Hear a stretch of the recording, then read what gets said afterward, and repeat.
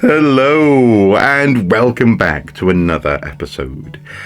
Today I want to talk to you about something fairly serious. It's inspired by a conversation I had yesterday with a couple of different shop owners. I was visiting some collectibles and sort of nerdy type stores in Newcastle and in North Tyneside. And I got a couple of pickups for a couple of quid. I picked up some Bertie Bassett Licorice All Sorts toy cars in boxes.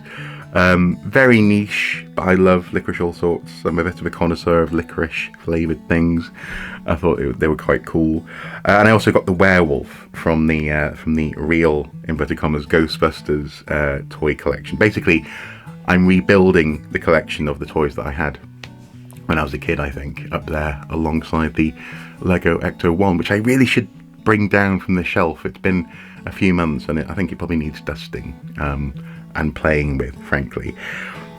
Anyway, while I was going from shop to shop, we were just chatting. I was just chatting with people, and obviously one of the big things that's a major concern here in the UK at the moment is energy bills, because as much as domestic residential buildings like our house are having a price cap increase in October, and then again in January, and then maybe again in April next year, the average household may be paying up to £4,000-5,000. I've even heard horror stories of £6,000 or £7,000 a year for gas and electric. Stores, shops and hospitals, for example, don't have a cap. There's no upper limit on what they have to pay, which is horrifying. These are small businesses. Often they'll buy and sell in job lots, or they'll go to auctions and maybe buy parts of collections and put them on sale and this kind of thing. They're the as resellers, I guess. Yeah, I've heard people use that word to describe these sorts of businesses. And often their turnover is modest, but also as well their energy usage isn't through the roof. They need a point of sale, a till, or a computer to run the front of the shop, and some lights, and that's it. Maybe some aircon if they're really lucky. And two of the people I spoke to yesterday were just freaking out. I mean, like, one of them was like, I've just had a phone call with the electricity supplier, and they're not going to renew my contract unless I agree to pay. And I think he said something like it was like £500 in advance, and then up to £750 as a standing rate initially, while they figure out where they want to put them on a pricing. But basically, they're being rinsed. They're being absolutely taken for a ride by energy companies who are posting record profits, and now telling people what they will be paying regardless of what their energy usage is, particularly in business contexts. And it really sucks. So that was that guy. Someone else said that their energy bills had gone up to like £1,000 a month, £12,000 a year. Again, for a small, this is basically someone renting a unit to sell stuff out of. It's crazy. It's absolutely crazy. And in conversations with these people, two things became clear, and I figured that that's why I'd make this video. The first one is support local business. So if you can, buy from local business. But the irony is, as well, there is not necessarily do all of these businesses want to be making a ton of money right now. Because if you earn over, say, £83,000, and this is before tax and other outgoings, if you earn over £83,000, then you go into the VAT, value-added tax threshold, which is the same threshold that large businesses have to pay, and also hot foods and things like that. That's 20% straight away off your earnings. So if you make £100,000, that's 20 grand gone. and then there'll be other things on top of that. The Inland Revenue, HMRC, and others will calculate with you and for you, and helpfully help you pay your taxes in the correct way. So, for a business to cross into the tax threshold, the VAT tax threshold, is actually possibly quite bad, because it immediately slices a fifth of their earnings, by default.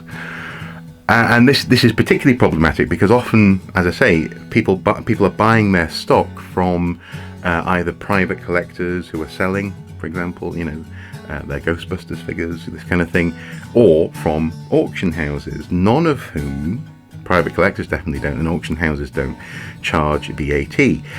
If they were charging VAT, and actually auction houses you'd think would have a turnover of greater than £83,000, but auction houses are interesting places. I speak from archaeological experience on that one. If they were charging VAT, then the shop owner or shop owners could write that off their VAT bill. So if they bought £1,200 worth of stock and 20% of that was VAT, then what would that be? That would be £240, I think. I think anyway, £240 would be written off their tax liability. So then they'd get to keep slightly more of their money. But that's not how they do business. They don't work in a realm where they're buying and selling VAT'd products. Ironically, though, the auction houses do charge 20% and more, 25% sometimes, fees. So they'll charge for having put the sale on and admin, and also they have to make a profit, or they want to make a profit. So, long story short, it's difficult, and the only thing that all of them said to me was, buy local, support local business, do keep trading, but also that maybe there'll become a point in the year, maybe a month or so, between March and April, when the tax season is ticking over, that they have to close the store because they don't want to earn over that threshold. So also have a bit of patience with your local collectible shops and their owners. But it's important that we try and keep these places. For example, I recently talked about OKL Collectibles opening up in Royal Keys. That was a real boon, really exciting to see that back. An actual brick and mortar place to go in and look at this stuff. There's not, that's not new stuff. It's not, it's not just pop figurines and surprise dolls and this kind of thing.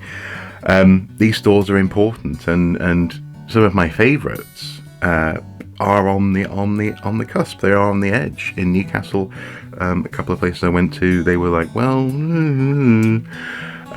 some of my favourite stores are ones that I visited while travelling, and I follow them on Facebook. There's one in Belfast, one in Glasgow, Coleraine in Northern Ireland, a couple in Wales, some in Yorkshire, and they're all in similar situations. Derry, Londonderry, that's another one that I follow, and it's an interesting little space that they're working in, and it's a space that clearly I benefit from. All this collectible stuff behind me, and just niche stuff, and I'd much rather be working with them, as it were, and helping them to stay open, so I can keep on enjoying the browsing, and the banter. There's some stuff to think about. If you have any thoughts or ideas or suggestions, please do comment below, and hopefully this upcoming difficult time here in the UK, we're set to have, they reckon, maybe an 18-month recession starting in this autumn. Hopefully we can help each other and help them get through this by listening to what they need, and also first and foremost by shopping local. yeah, quite serious stuff. Hopefully this has been somewhat interesting. At the very least, it's been something that maybe you haven't thought about yet, but it's worthwhile, I think thinking about now. I'll see you guys on Twitch. This week has been a little bit unpredictable. My poor dog is having a difficult week, but I'm hoping maybe tonight to do some streaming with Charmanar on Borderlands 2. And hopefully the chat will be fun.